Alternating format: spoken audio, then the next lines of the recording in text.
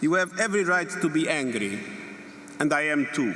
The United Nations Secretary General starting off day 3 of the UN Climate Summit in Azerbaijan by speaking directly to island nation leaders. You are on the sharp end of a colossal injustice, an injustice that sees the very future of your islands threatened by rising seas. The G20 accounts for around 80% of global emissions, and it is an injustice that must end.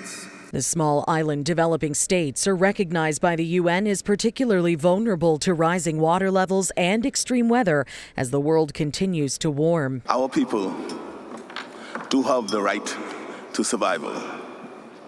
They have a right to pass down to future generations a world better than the one they inherited. And yet, this most basic right, this right to life, to hope, to continuity, hangs by a thread. The annual summit serves as a chance for small island countries and nations not a part of the G20 to pressure those governments to take far more ambitious steps in reducing emissions. And Wednesday saw those officials recount climate disasters in their countries, emphasizing the devastation seen by massive floods over recent years. Over the past year, catastrophic floods in Spain, Bosnia and Herzegovina, as well as in southern Croatia have shown the devastating impact of rising temperatures. The Mediterranean, one of the most vulnerable regions, calls for urgent action.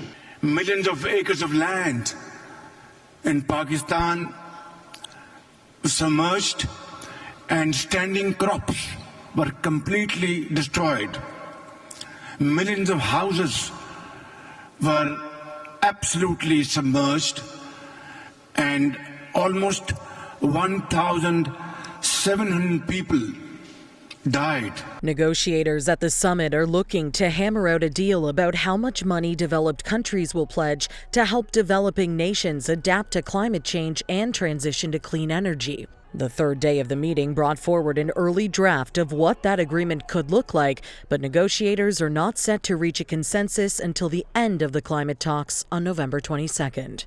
For City News, I'm Karling Donoghue.